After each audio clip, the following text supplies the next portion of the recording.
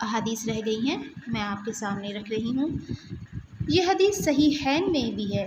حضرت ابو ہریرہ رضی اللہ تعالیٰ عنہ، صحیحین کیا ہے؟ بخاری اور مسلم۔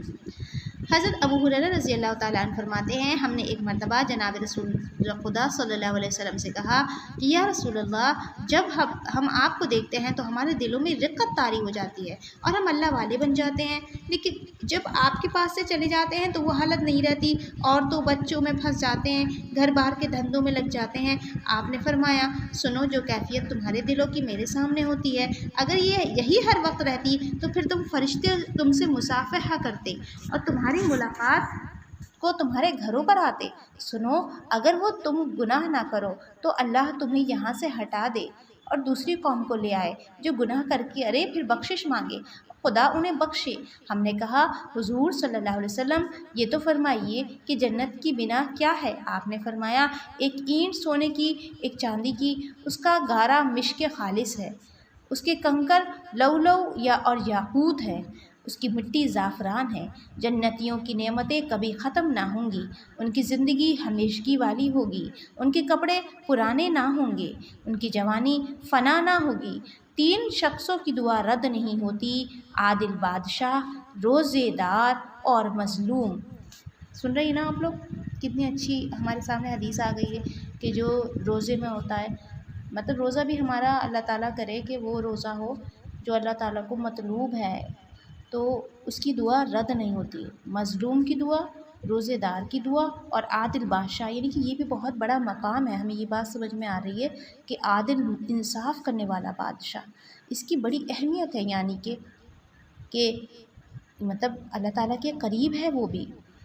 ہم یہ نہ سمجھیں کہ یہ جو پوسٹ اور عہدے ہیں اور یہ جو کام کرنے کے بہت الگ الگ طریقے ہیں، اس میں سب سے زیادہ اللہ کے قریب عبادت گزار بندہ ہی ہے، نہیں، بلکہ وہ بادشاہ جو انصاف والا ہے۔ ٹھیک ہے، تو 2-3 باتیں مجھے جو سمجھ میں آ رہی ہیں زیادہ، وہ میں آپ کو بتا رہی ہوں۔ اور اس کی دعا بادلوں میں اٹھائی جاتی ہے اور اس کے لیے آسمانوں کے دروازے کھول دیے جاتے ہیں، اور جناب باری ارشاد فرماتا ہے، مجھے میری عزت کی قسم، میں تیری ضرور مدد کروں گا اگرچہ کچھ وقت کے بعد ہو۔ مسند احمد۔ سمجھ میں آ رہی ہے؟ 3 شخص کی دعا فنا نہ ہوگی: عادل بادشاہ، روزے دار اور مظلوم۔ آج ہی سے ہمیں یہ طے کرنا چاہیے کہ اللہ تعالیٰ ہم وہ روزے مطلب رکھیں کہ جو واقعی ہمارا جو ہے عمل ہونا چاہیے۔ ہم سارے برے کام، ساری خطائیں اور جو گناہ ہم کرتے ہیں اللہ تعالیٰ وہ ہم چھوڑ دیں تاکہ ہماری دعائیں قبول ہوں، ہمیں اللہ تعالیٰ کا قرب حاصل ہو۔ امیر المومنین حضرت ابو بکر صدیق رضی اللہ تعالیٰ عنہ فرماتے ہیں کہ رسول اللہ صلی اللہ علیہ وسلم نے فرمایا، جو شخص کوئی گناہ کرے پھر وضو کر کے 2 رکعت نماز ادا کرے اور اپنے گناہ کی معافی چاہے تو اللہ عز و جل اس کے گناہ معاف فرما دیتا ہے۔ مسند احمد۔ مطلب کبھی کبھی ہم فری بھی ہوتے ہیں، اگر ہم کبھی فری ہیں تو ہم جیسے اپنا وقت گزار دیتے ہیں لیٹ کر بیٹھ کر، ویسے تو بہت کم ایسا موقع ہوتا ہے لیکن کبھی ایسا ہوتا بھی ہے، تو ہم کیا کرتے ہیں، کسی کو فون کال کر لی، یا پھر ہم کیا کرتے ہیں، گھر کی صفائی کچھ نکال لی، یا کچھ ہم سوچنے بیٹھ گئے، نہیں بلکہ ہمیں کیا کرنا چاہیے، وضو کریں اور 2 رکعت نماز پڑھیں، اپنے گناہ کی معافی مانگیں، یہ کام کرنا چاہیے۔ یہ بات سمجھ میں آ رہی ہے مجھے۔ صحیح مسلم میں روایت امیر المومنین حضرت عمر بن خطاب رضی اللہ تعالیٰ عنہ مروی ہے، رسول اللہ صلی اللہ علیہ وسلم فرماتے ہیں، تم میں سے جو شخص کامل وضو کرے، اشہد ان لا الہ الا اللہ وحدہ لا شریک لہ واشہد ان محمدا عبدہ ورسولہ پڑھے، اس کے لیے جنت کے 8 دروازے کھل جاتے ہیں، جس سے چاہے اندر چلا جائے۔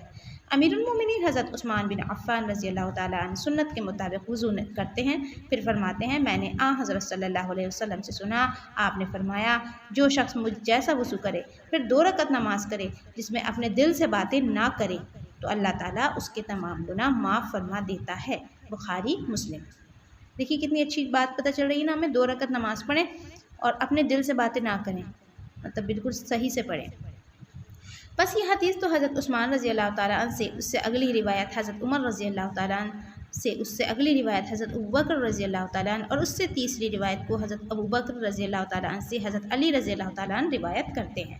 تو الحمدللہ اللہ تعالیٰ کی وسیع مغفرت اور اس کی بے انتہا مہربانی کی خبر سید الاولین والآخرین کی زبانی آپ کے چاروں برحق خلفاء کی معرفت ہمیں پہنچی۔ آؤ اس موقع پر ہم گناہ گار بھی ہاتھ اٹھائیں اور اپنے مہربان رحیم و کریم خدا کے سامنے اپنے گناہوں کا اقرار کر کے اس سے معافی طلب کریں۔ خدایا، ہاتھ اٹھا لیجیے آپ لوگ، اگر اس پوزیشن میں ہو کہ آپ ہاتھ اٹھا سکتے ہیں تو آپ لوگ ہاتھ اٹھا لیں تو بہتر رہے گا۔ اے اللہ، اے ماں باپ سے زیادہ مہربان، اے عفو و درگزر کرنے والے اور کسی بگاری کو اپنے در سے خالی نہ پھیرنے والے، تو ہم خطا کاروں کی سیاہ کاریوں سے بھی درگزر فرما، ہمارے کل گناہ معاف فرما دے، آمین ثم آمین۔ یہی وہ مبارک آیت ہے کہ جب یہ نازل ہوئی تو ابلیس رونے لگا۔ مسند عبدالرزاق، مسند ابو العالیٰ میں ہیں، رسول اللہ صلی اللہ علیہ وسلم فرماتے ہیں، لا الہ الا اللہ کثرت سے پڑھا کرو اور استغفار پر مداومت کرو۔ ابلیس گناہوں سے لوگوں کو ہلاک کرنا چاہتا ہے۔ مداومت کرو مطلب چھوڑو نہیں، اور اس کی اپنی ہلاکت لا الہ الا اللہ اور استغفار سے ہے۔ کیا کرنا چاہیے ہمیں؟ مطلب شیطان کو دور کرنے کے لیے لا الہ الا اللہ اور استغفار۔ یہ حالت دیکھ کر ابلیس نے لوگوں کو خواہش پرستی میں ڈال دیا، پس وہ اپنے تئیں راہ راست پر جانتے ہیں، حالانکہ ہوتے ہیں ہلاکت میں۔ اپنے آپ کو سمجھتے ہیں کہ وہ صحیح ہیں لیکن ہوتے ہیں ہلاکت میں۔ لیکن اس حدیث کے دو راوی ضعیف ہیں۔ مسند احمد میں ہے، حضور صلی اللہ علیہ وسلم فرماتے ہیں کہ ابلیس نے کہا، اے رب، مجھے تیری عزت کی قسم، میں بنی آدم کو ان کے آخری دم تک بہکاتا رہوں گا۔ اللہ تعالیٰ نے فرمایا، مجھے بھی میرے جلال اور میری عزت کی قسم، جب تک وہ مجھ سے بخشش مانگتے رہیں گے میں بھی انہیں بخشتا ہی رہوں گا۔ کتنی اچھی بات ہے نا، اللہ تعالیٰ نے استغفار کا راستہ کھول رکھ دیا ہے۔ مسند بزار میں ہے کہ ایک شخص نے حضور صلی اللہ علیہ وسلم سے کہا، مجھ سے گناہ ہو گیا۔ آپ نے فرمایا، توبہ کر لے۔ اس نے کہا، میں نے توبہ کی۔ پھر گناہ ہو گیا۔ فرمایا، پھر توبہ کر لے۔ اس نے کہا، مجھ سے پھر گناہ ہو گیا۔ آپ نے فرمایا، پھر استغفار کر، صلی اللہ علیہ وسلم۔ اس نے کہا، مجھ سے اور گناہ ہو گیا۔ فرمایا، استغفار کیے جا یہاں تک کہ شیطان تھک جائے۔ پھر فرمایا، گناہ کو بخشنا اللہ ہی کے اختیار میں ہے۔ مسند احمد میں ہے، رسول اللہ صلی اللہ علیہ وسلم کے پاس ایک قیدی آیا اور کہنے لگا، یا اللہ، میں تیری طرف توبہ کرتا ہوں، محمد صلی اللہ علیہ وسلم کی طرف توبہ نہیں کرتا، یعنی خدایا میں تیری ہی بخشش چاہتا ہوں۔ آپ نے فرمایا، اس نے حقدار کو پہنچایا۔ اصرار کرنے سے مراد یہ ہے کہ معصیت پر بغیر توبہ کی اڑ نہیں جاتے، اور کئی مرتبہ گناہ ہو جائے تو کئی مرتبہ استغفار بھی کرتے ہیں۔ مطلب یہ ہے کہ یہ چیز بہت غلط ہے۔ آپ یہ پڑھ رہی ہیں آیت نمبر پیچھے جو گئی ہے، وَلَمْ يَصِرُّوا عَلَىٰ مَا فَعَلُوا، کہ وہ کیا نہیں کرتے؟ اپنے کیے ہوا پر اڑ نہیں جاتے۔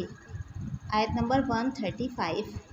تو یہاں سے بات سمجھ نہیں آ رہی ہے کہ گناہ ہونے سے زیادہ گناہوں پر اڑ جانا بہت غلط بات ہے، بہت غلط بات کہ انسان گناہ کر کے، برائی کر کے اس کو مانے نہیں اور اس پر جم جائے، بار بار کیے جائے۔ یہ بہت مطلب یہاں پتہ چلتا ہے کہ بہت یہ ہے غلط بات۔ یہ نہیں کہا کہ وہ گناہ کر دیتے ہیں، آپ دیکھیے، بلکہ کیا کہا، دیکھیے آیت 135، والذین اذا فعلوا فاحشة او ظلموا انفسهم ذکروا اللہ۔ اب آپ دیکھیے، اس کا مطلب یہاں پہ یہ نہیں بتایا کہ احسان کرنے والے وہ ہیں جو کبھی فحش کام نہیں کرتے، کبھی ظلم نہیں کرتے، نہیں، کر جاتے ہیں۔ اذا فعلوا فاحشة او ظلموا انفسهم ذکروا اللہ، اپنے رب کو یاد کرتے ہیں اگر ایسا ہو جائے۔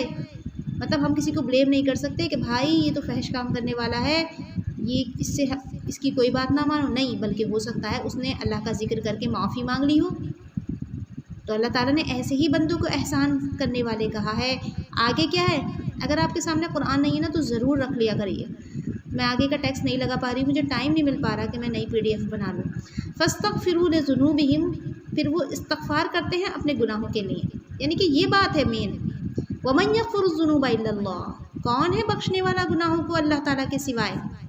آپ دیکھیے دنیا میں نے مطلب میرا کوئی زیادہ ایکسپیرینس نہیں ہے، جیسے مان لیجیے کچھ دن سے، کچھ سالوں سے اگر میں جاب میں ہوں ابھی، تو بہت سارے لوگ ایسے ہوتے ہیں کہ آپ کچھ ہو جائے تو وہ معاف نہیں کرتے، لیکن اللہ تعالیٰ کیسے ہیں؟ اللہ تعالیٰ ہی معاف فرمانے والے ہیں۔ اس کے سوائے کوئی نہیں بخشتا۔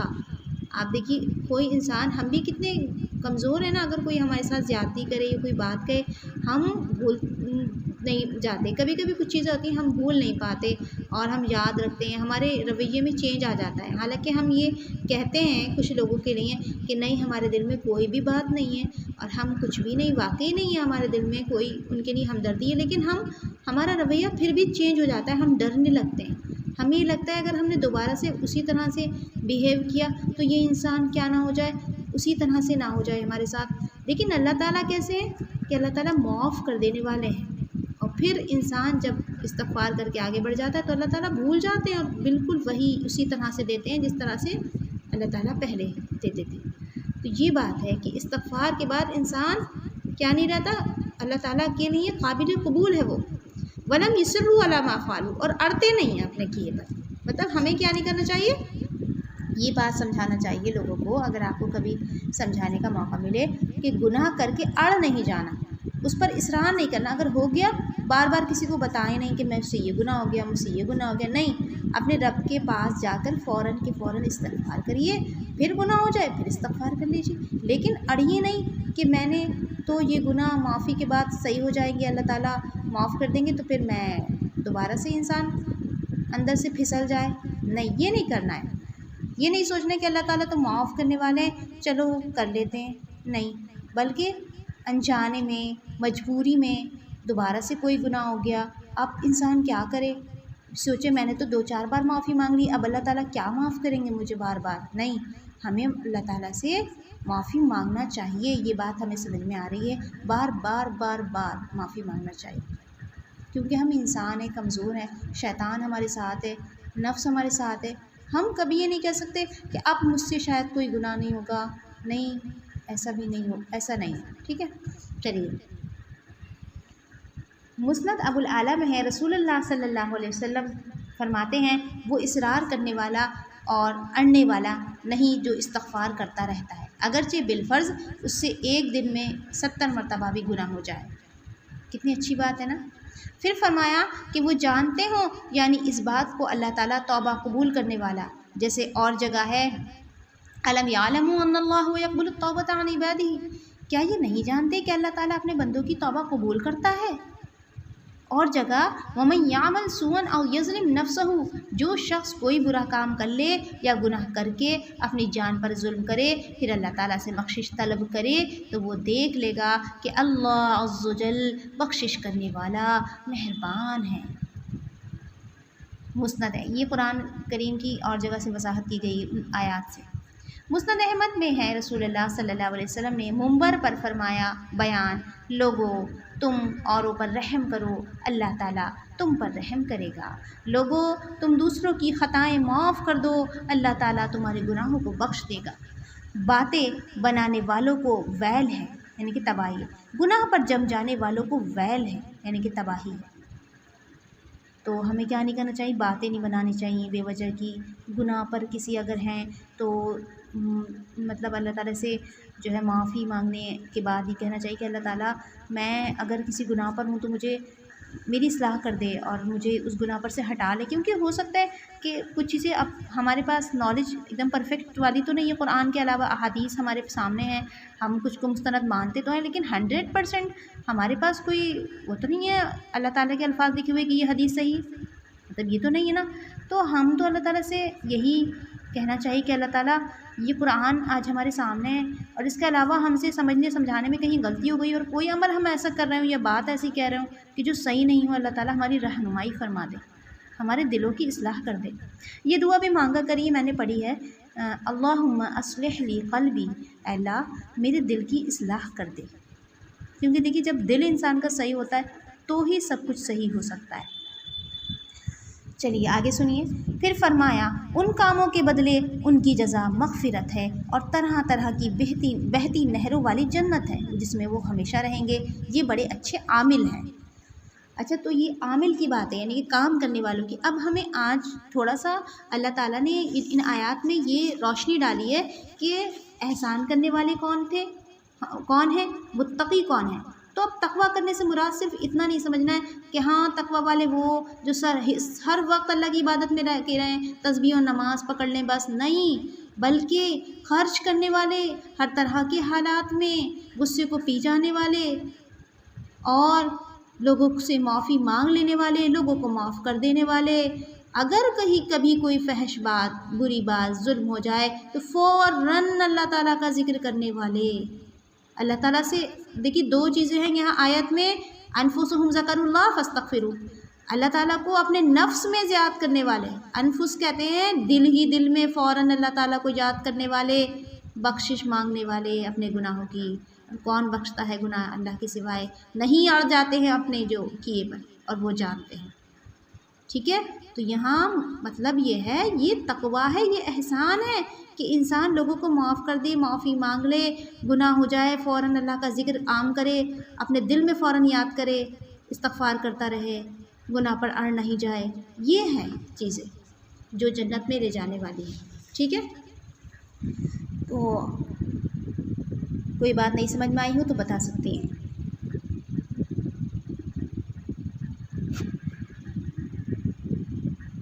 وآخر دعوانا ان الحمد للہ رب العالمین۔